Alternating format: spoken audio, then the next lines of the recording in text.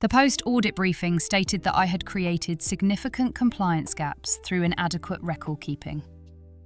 The external auditor's final report specifically commended my documentation practices as exemplary and above industry standard.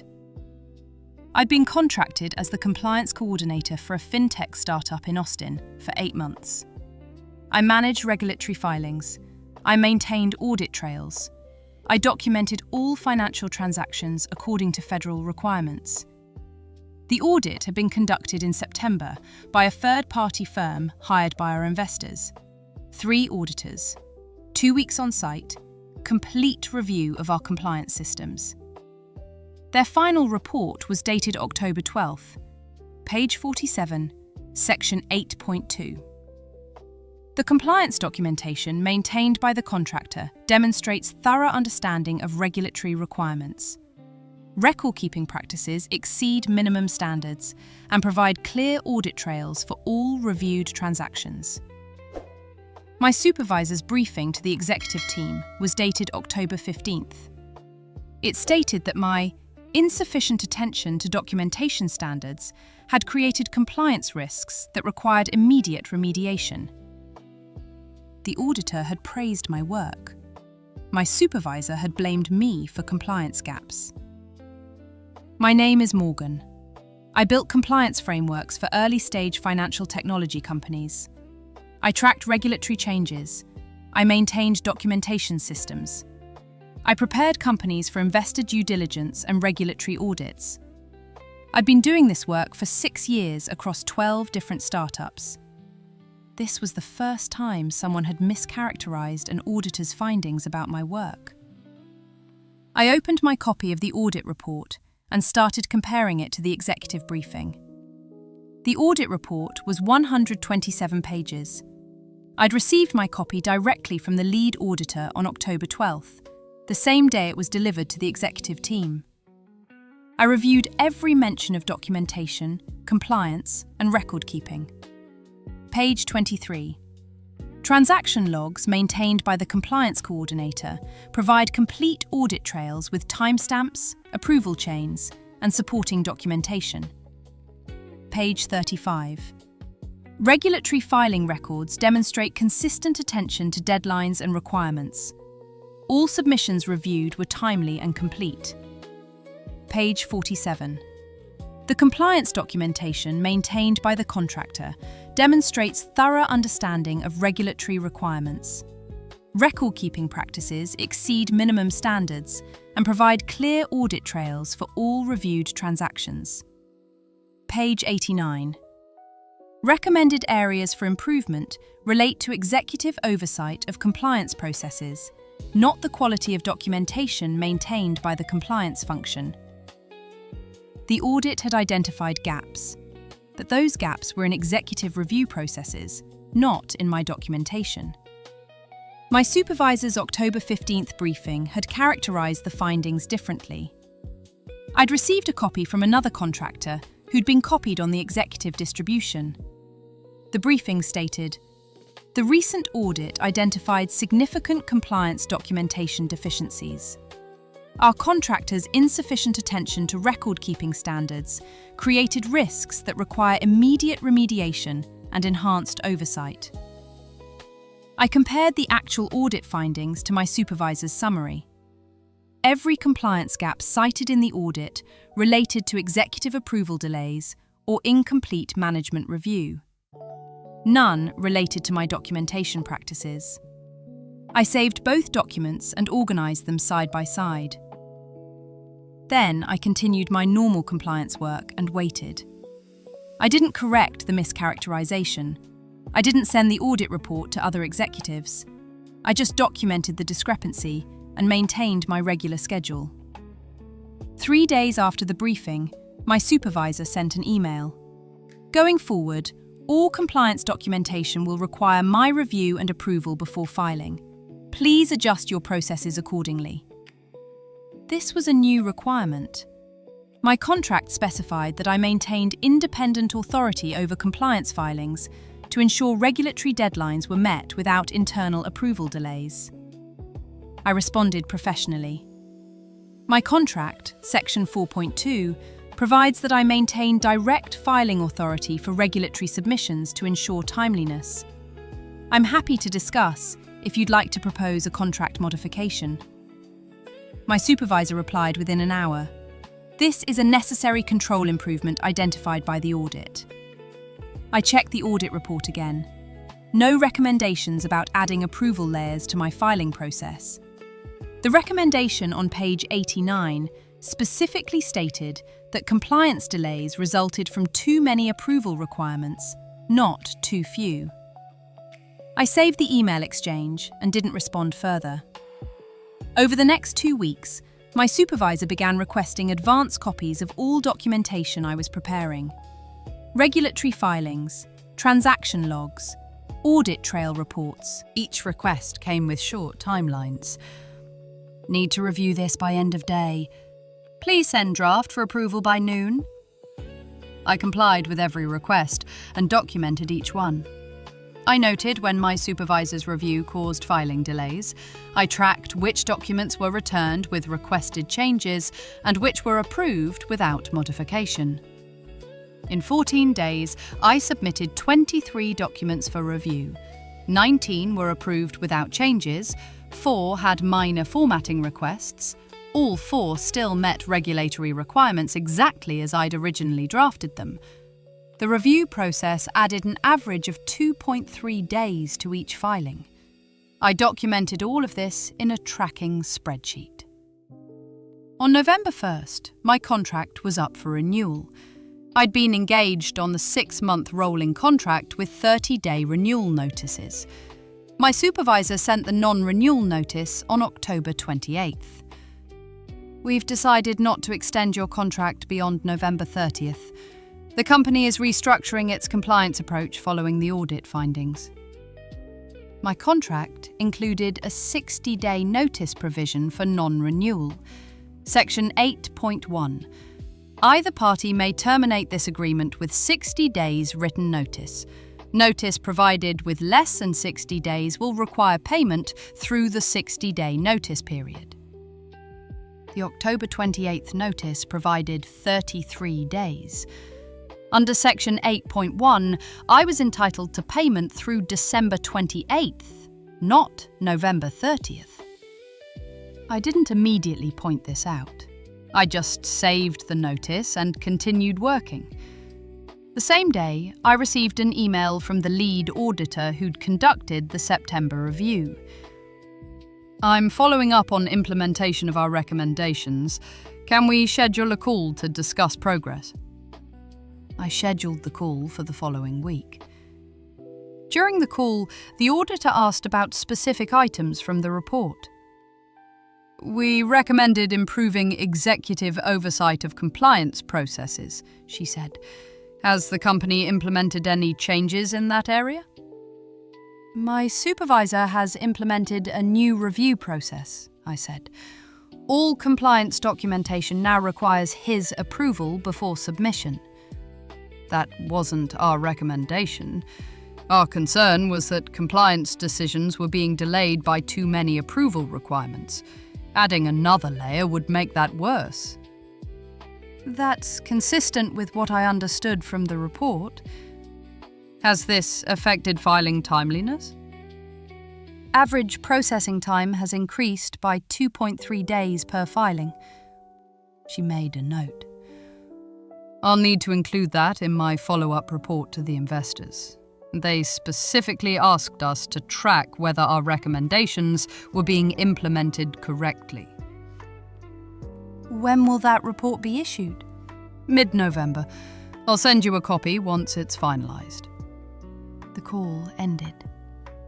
I documented the conversation and continued my regular work. 2 weeks later, the auditor's follow-up report was issued. I received my copy on November 15th, page 12. The company has implemented additional approval requirements for compliance filings. This approach contradicts our recommendation to reduce approval layers that were causing delays. The compliance contractor's documentation practices remain strong, but new internal processes have increased average filing times. The report also noted the discrepancy between their findings and the characterization in executive briefings. Page 18.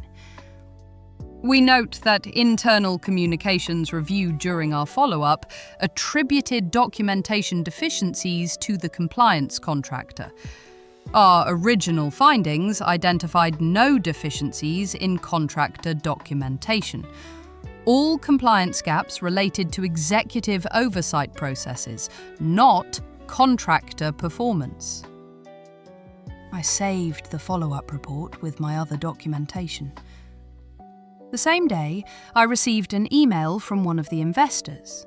The company had 3 primary investors who received all audit reports. I reviewed the auditor's follow-up report. I'd like to discuss the compliance documentation findings. Are you available for a call this week? I scheduled the call for November 18th. The investor was direct. The auditor's follow-up contradicts the characterization I heard from your supervisor, she said.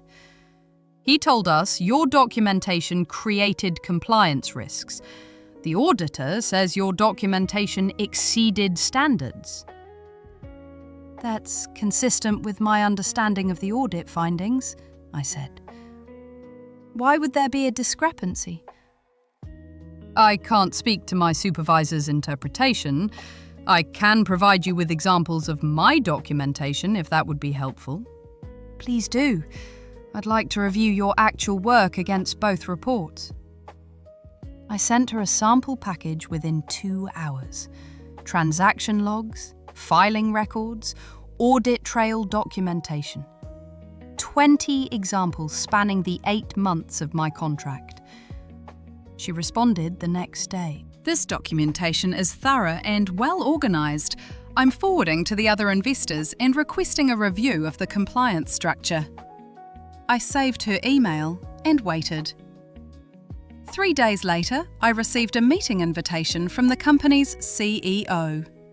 The CEO, 2 investors, and me. Scheduled for November 23rd. No agenda specified. I accepted the meeting and prepared a summary of my contract terms, the audit findings, and the timeline of events since the audit. The November 23rd meeting was held via video conference. The CEO opened the conversation. The investors have raised questions about our compliance processes and the recent audit findings, he said. They've asked to speak with you directly about your work. One of the investors spoke next.